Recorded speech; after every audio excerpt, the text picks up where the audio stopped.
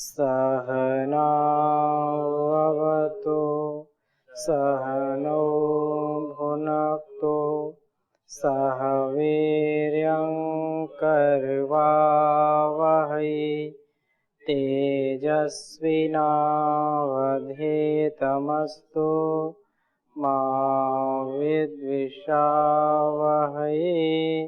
ओम शांति शांति शांति।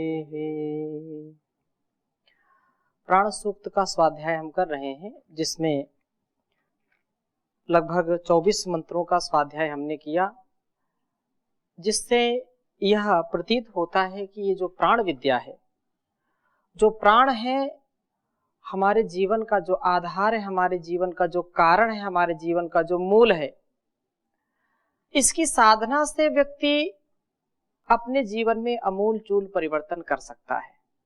परंतु उसके साथ भाव हमारा जुड़ा हो, एकाग्रता हो, श्रद्धा भक्ति हो, समर्पण हो, निरंतरता आदि के साथ, विधि के साथ ये प्राण विद्या का जब आधान हम करते हैं तो हमारा जीवन महान बन जाता है। और जिसका जीवन महान बनता है वही इस जहान को महान बनाने में अपनी अहम अर्थात महत्वपूर्ण भूमिका निभाता है। यूं तो जीने के लिए सब जीते हैं, पशु पक्षी भी अपना जीवन व्यतीत करते हैं, इस जीवन को जीते हैं, परंतु उन्हीं का जीना लोग जानते हैं जिनके जीवन में पुरुषार्थ है, जिनके जीवन में दिव्यता है, जिनके जीवन में बहुत ही विस्तार है, समग्रता है। संसार के सभी प्राणी चाहते हैं कि मैं सबसे उत्कृष्ट जीवन जीऊं, परंतु अधिकांश लोग इस पर सफल नहीं होते।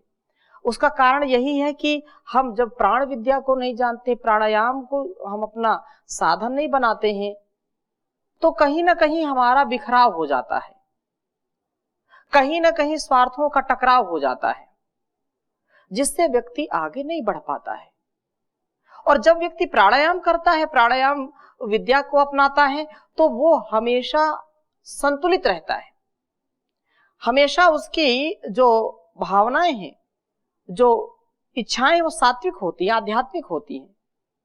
परंतु यदि प्राणायाम की साधना को हम नहीं साधते हैं, प्राण विद्या को नहीं जानते हैं, तो जो भी कामनाएं आएंगी, जो भी इच्छाएं आएंगी, उनमें राजसिकता, तामसिकता, रजस और तमस से युक्त होंगी। इसलिए ये प्राण जो कहा है वो भाव के साथ होना चाहिए। प्राणायाम का जो अभ्यास है और ये प्राण विद्या को जानना, इसमें भी एक अभ्यास होना चाहिए कि हम इन ग्रंथों को पढ़ते नहीं, वेद आदि शास्त्रों को पढ़ते नहीं है और समझते नहीं है। इनके प्रति भी हमारी रुचि होनी चाहिए, इनके प्रति भी हमारी श्रद्धा होनी चाहिए। और जब इनके प्रति भाव आएगा, प्राणायाम को हम भाव के साथ करेंगे, तो हमारे सारे दुखों का, सारे कष्टों का अभाव हो जाएगा, हमारा स्वभाव दिव्य हो जाएगा। भाव यदि नहीं है, भाव में यदि भाव नहीं तो भावना बेकार है, और भाव में यदि भाव है, भावना में यदि भाव है, तो भाव से बेड़ा पार है। इसलिए भाव की महत्ता, भाव का महत्व, परम पूज्य स्वामी जी महाराज बार बार भाव पूर्ण ढंग से जीवन व्यतीत करने की बात करते हैं। तो हमारे जीवन में वो घटित हो, उसको हम आत्मसात करें, सुन करके, जान करके, विवेक पूर्वक उसको स्वीकार करके इस जीवन को संस्कारित करें। ये हमारा निज कर्तव्य है, ये हमारा उत्तरदायित्व है। और इसका जो पालन करता है वही संसार में उत्कृष्ट, उच्चतम और महानतम जीवन जीता है। तो आगे के मंत्रों का हम स्वाध्याय करेंगे। बहुत अच्छा मंत्र है। ओम ऊर्ध्वा सुप्तेषु जागारा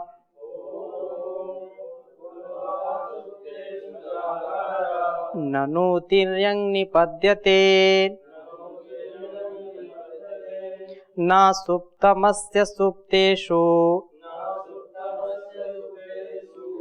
अस्य अस्वनु शुश्राव कश्चन न सुप्तमस्य सुप्तेषु वनु शुश्राव कश्चन ऊर्ध्वा सुप्तेषु जागार ननु तिर्यं निपद्यते न सुप्तमस्य सुप्तेषु न अनुशुश्राव कश्चन। ये ऊर्ध्व सुप्तेषु जागारा, ये कहा कि सबके सो जाने पर भी ये प्राण ऊर्ध्व खड़ा रह करके जागा रहा, जागता है। और ननु तिर्यंग निपद्यते, कभी तिरछा गिरता नहीं। और सुप्तेषु अस्ते सुप्तम, सबके सो जाने पर इसका सोना कश्चना न अनुश्रुषाव, किसी ने भी नहीं सुना। कहने का आशय यह है कि ये सदा जागता ही रहता है, सदा जागरती। यह प्राण सदा जागता रहता है। वे प्राणात्मा प्रभु, क्योंकि बार बार प्राण को परमात्मा के नाम से यहाँ पर कहा जा रहा है। परमात्मा का भी नाम प्राण है और प्राण के बिना ये सारा संसार चल नहीं सकता है। जैसे हमारा शरीर प्राण के बिना नहीं चल सकता है, वैसे ही इस चर अचर जगत में जो कुछ भी है उस परम पिता परमेश्वर के द्वारा ही प्रदत्त है और उसी से इन सबका अस्तित्व विद्यमान है। तो यही बात यहाँ पर कह रहे हैं कि परांग जो निश्चित रूप से ऊर्ध्वा जागारा, उत्थित हुए हुए जाग रहे हैं निद्रा परवश प्राणियों में। और रक्षक के सोने का काम ही क्या है? जो रक्षक सो जाए तो रक्षक किस बात का? वैसे ही ये प्राण हमारी सदा रक्षा करते रहते हैं। हमारे सो जाने पर भी ये प्राण कभी भी जो है शिथिल नहीं होते हैं, कभी भी ये थकते नहीं हैं। ये व्यक्ति जब सोता है तो भी ये जागते रहते हैं, प्रहरी की जैसे रक्षा हमारी करते रहते हैं। तो जो ननु निश्चय से सब प्राणी तो तिर्यंग निपद्यते, तिर्यंग अवस्थित हुए हुए निद्रा परवश होकर सोते हैं। अतः रक्षक भूत आपने तो जागना ही है। प्राणियों के सुप्तेषु निद्रा परवश हो जाने पर अस्त्य उन शरीरों के मध्यवर्ती प्राणात्मा प्रभु प्राणियों के सुप्तेषु निद्रा परवश जब हो जाते हैं तो क्या करते हैं? जो उन शरीरों के मध्यवर्ती प्राणात्मा प्रभु के सुप्तम सोने को अर्थात कोई भी न अनुसुरसाव, ऐसा कोई भी दुनिया में नहीं है कि ये कहें कि व्यक्ति जब सो जाता है तो उसके प्राण भी सो जाते हों, उसके अंदर स्थित प्राण भी सो जाते हों, ऐसा किसी ने सुना नहीं होगा।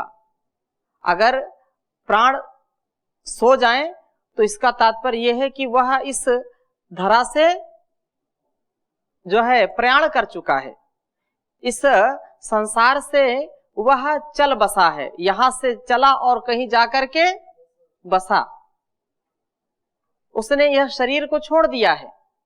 इसलिए ये निश्चित रूप से समझने की बात है कि सब प्राणी जब सो जाते हैं या जो सदा सोते ही हैं, एक तो ये आहार निद्रा भय मैथुनंचा सामान्य मेतत पशु भी नराणाम, कई बार इस श्लोक को आपने सुना है। तो ये तो सामान्य है, चाहे मनुष्य हो, चाहे पशु हो, चाहे पक्षी हो। आहार निद्रा भय मैथुनंचा सामान्य मेतत पशुभिर्नराणाम धर्मो हि तेषाम् अधिको विशेषो धर्मेण हीनाः पशुभिः समानाः। तो ये बहुत जो है प्रसिद्ध है कि निश्चित रूप से जो प्राणी है जिसके अंदर प्राण हैं वह प्राणी आहार, निद्रा, भय, मैथुन अर्थात संतानोत्पत्ति करना, ये तो स्वाभाविक रूप से होते ही होते हैं।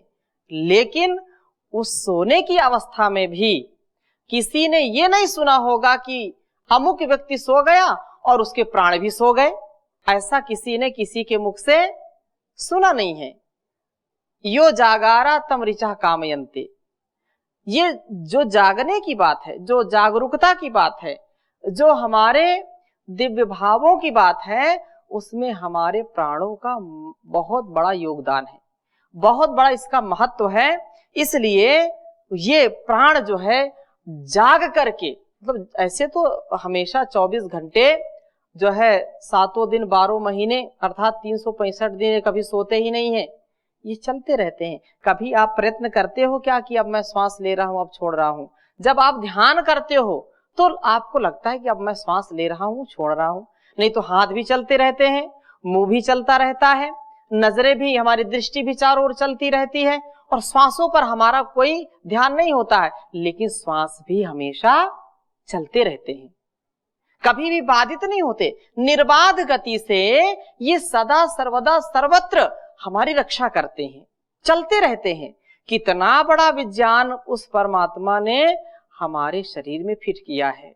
सभी जो है प्राणियों को कैसी रीति से, कैसी व्यवस्था से बांध दिया है कि एक पल के लिए भी वो इधर से उधर नहीं हो सकता। प्राण उसको नियुक्त कर दिया है कि आप इस प्राणी की रक्षा करना है आपको, और वो चलते रहते हैं, कभी भी उनको कोई दबाव नहीं होता है।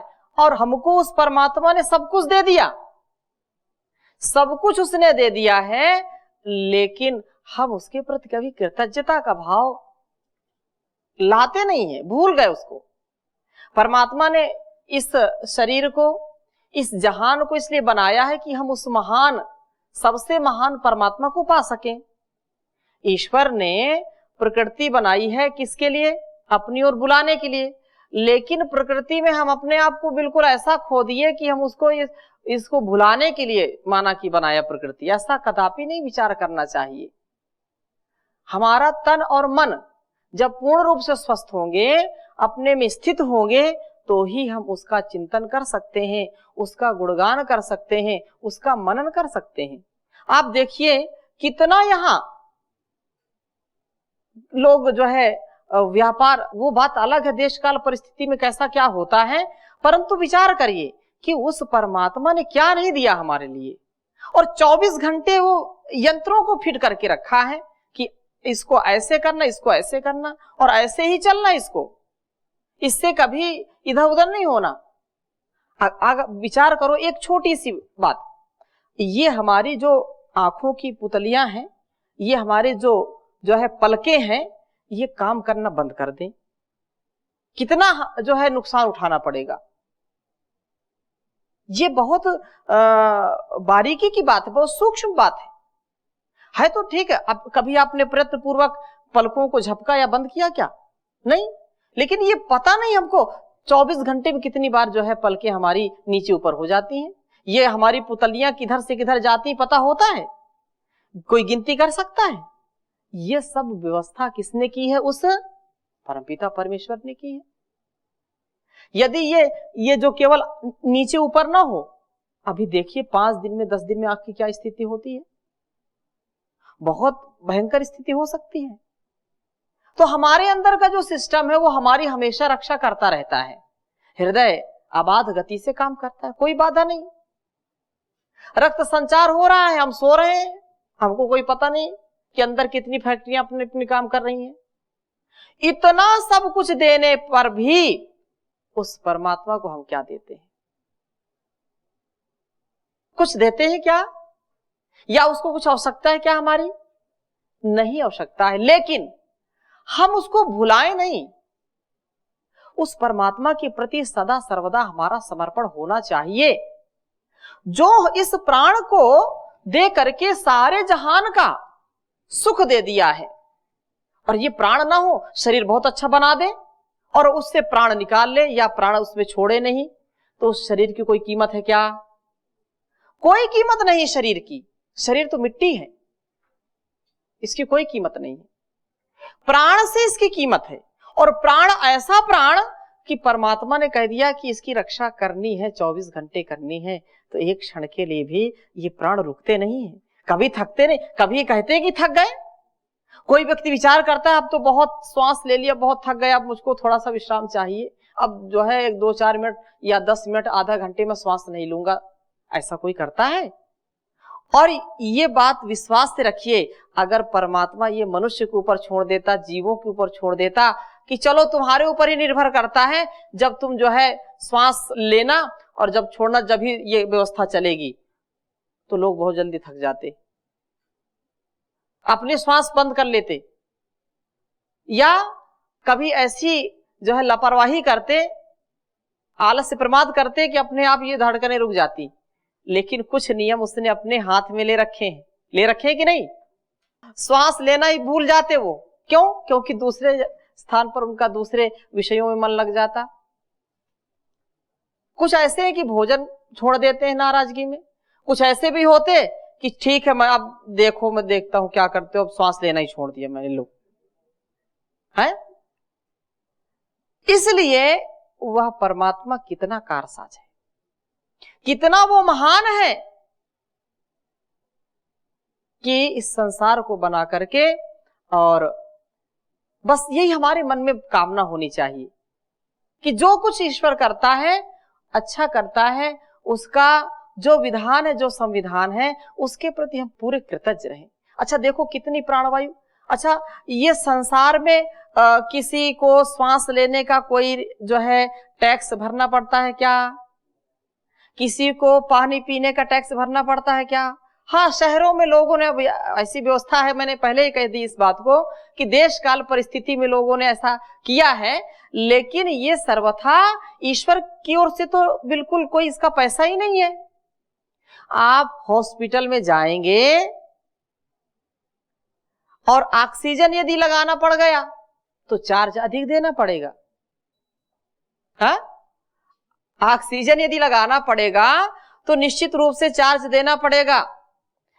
और आप कल्पना करो कि उस परमात्मा ने पूरे जीवन हमको दिया है, किसी का 100 वर्ष का, किसी का 90 वर्ष का, किसी का जो है 80 वर्ष का आयुष्य होता है, लेकिन श्वास लेने के लिए कोई उनको टैक्स या कोई पैसा देना पड़ता है क्या? कितना दिया है उस विधाता ने। लेकिन हम दूसरों से जब मांगते हैं, यहां मांगते हैं, किसी ने जो है अगर कुछ मदद कर दी तो उसका हम बड़ा गुणगान करते हैं, वो जीवन पर्यंत उसका एहसान भूलते नहीं। लेकिन उस परमात्मा ने कितना बड़ा एहसान किया है कि कितनी चीजें हमारे अस्तित्व में डाल दी हैं, और वो हमारी हमेशा एक एक क्षण हमारी रक्षा करते हैं। लेकिन कमाल की बात है कि हम उसका एहसास नहीं करते। आश्चर्य है कि उसको कृतज्ञता पूर्वक मानते नहीं है। आश्चर्य है कि हम जो है ऐसे मोह में फंसे पड़े हैं कि प्रमाद रूपी ये मदिरा है, इसको जो है ऐसी स्थिति है। इसलिए ये बात कही, आदित्य से गता गतैरह रहा संक्षीयते जीवनम व्यापारै बहुकार्य भार गुरुभि कालोऽपि न जायते दृष्ट्वा जन्म जरा विपत्ति मरणं त्रासश्च नोत्पद्यते जीवे वारि तरंग चंचल तरे सौख्यम कुतः प्राणिनाम। ये संसार का जो ऐसा ही ये विचित्र माया जाल है, यहां आकर के व्यक्ति फंस जाता है। दृष्ट्वा जन्म जरा विपत्ति मरणम त्रासश्च नोत्पद्यते पीत्वा मोहमयीम प्रमाद मदिरा उन्मत्त भूतम जगत। पीत्वा, ये पी करके मोह ऐसे पी लेता है, ऐसी मदिरा पीता है मोह रूपी, ऐसी मदिरा पीता है अज्ञान, अविवेक, अश्रद्धा और अधर्म, अन्याय युक्त ऐसी घुट्टी पी लेता है कि उससे व्यक्ति उठता ही नहीं है और स्वार्थ की जो सिद्धि है उसमें लगा रहता है। प्राणायाम हमारे जीवन को पवित्र करता है, शुचिता से युक्त करता है और उस परमात्मा के प्रति कृतज्ञता हमारे अंदर स्थापित करता है। उसकी भक्ति के द्वारा, उसकी शक्ति के द्वारा हमारे जीवन को दिव्य बनाता है। तो हम उस परमात्मा से मांगे जो कुछ मांगना है। इंसानों से क्या मिलता है? पार्थिव सुख मिलेगा और वो क्षणिक होता है, लेकिन जब हमने विधाता में अपनी पूरी लगन लगा दी तो सब कुछ मिलेगा। तो वहां पर मोह भी हटेगा, राग द्वेष भी हटेगा, क्रोध भी हटेगा। इसलिए इसका हमको परिज्ञान होना चाहिए और इतनी भक्ति के साथ, इतनी श्रद्धा के साथ उसका भजन करें, उसका चिंतन मनन करें, क्योंकि ये परमात्मा के प्रति यदि निष्ठा नहीं है, संसार में यदि लोगों से हम सुखी होना चाहते हैं तो यहां सुख की कामना ना करें। एक एक क्षण क्षण पल पल लोग दुखी करने के लिए हैं। थोड़ी सी सेवा करेंगे तो आपसे ज्यादा अपेक्षा रखेंगे, थोड़ा सहयोग करेंगे आपसे बड़ी अपेक्षा रखेंगे, मैंने इतना किया है तो इतना मुझको मिलेगा। बिना स्वार्थ के, बिना अपने हित को देखे कोई भी कार्य करता नहीं है और वह परमात्मा हमारे लिए सब कुछ देता रहता है। यह भगवान से हम मांगे जो कुछ मांगना है, यदि झोली फैलाना है तो उसके सामने फैलाएं, लोगों के सामने क्या फैलाना। यहां तो केवल जो है स्नेह, प्रेम, सौहार्द, ये निष्काम भाव जिसके अंदर वो उसी के अंदर आता है। लेकिन निष्काम भाव नहीं है, अपेक्षा और उपेक्षा पूर्वक यदि जीवन जीता है तो वो दुखी होगा। किसी कवि ने कहा कि यदि उस मांगना ही है तो ईश्वर से मांगे, क्योंकि उसने पहले ऑलरेडी सब कुछ दे रखा, बिना मांगे ही उसने सब कुछ दे रखा है, तो मांगने की जरूरत नहीं है। फिर अब अगर मांगना भी पड़े तो उनसे मांगो जो सब कुछ देने में सक्षम हो। उससे क्या मांगना जो कुछ भी अपने, अगर वही देने वाला होता तो अपने लिए पहले ही मांग करके रखा होता। इसलिए कहा मांग बंदे मांग तू भगवान से, मांग बंदे मांग तू भगवान से, क्या मिलेगा मांग कर इंसान से, क्या मिलेगा मांग कर इंसान से। मिल गया जो जिंदगी की राह में, मिल गया जो जिंदगी की राह में, सबको नादाता समझ अज्ञान से, मांग बंदे मांग तू भगवान से। है वही सारे जमाने का पिता, वो पिताओं का भी पिता, परम पिता है, सबका बाप है वही सारे जमाने का पिता, उसका ही दामन पकड़ जी जान से, मांग बंदे मांग तू भगवान से। ले बना साथी सखाओं का सखा, ले बना साथी सखाओं का सखा, फिर तुझे डर खौफ क्या तूफान का, मांग बंदे मांग तू भगवान से। देख ले घर में ही बैठा है कोई, सबके हृदय में प्राण प्रतिष्ठित है, तो प्राण की साधना करके उस परम पिता प्राणाधार ईश्वर का चिंतन करें।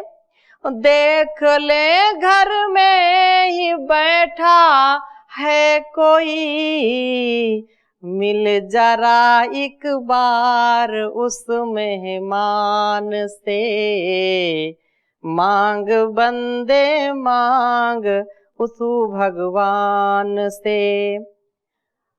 तज सुपथ क्यों कुपथ पर चल पड़ा, हो गई गलती पथिक नादान से, मांग बंदे मांग तू भगवान से। तो उस भगवान की, उस परमात्मा की, उस विधाता की हम सदा सर्वदा सर्वत्र भक्ति किया करें, स्तुति प्रार्थना उपासना किया करें। तो आज की कक्षा को यहीं पर विराम देते हैं, शेष चर्चा अगली कक्षा में करेंगे। ओम शांति शांति शांति।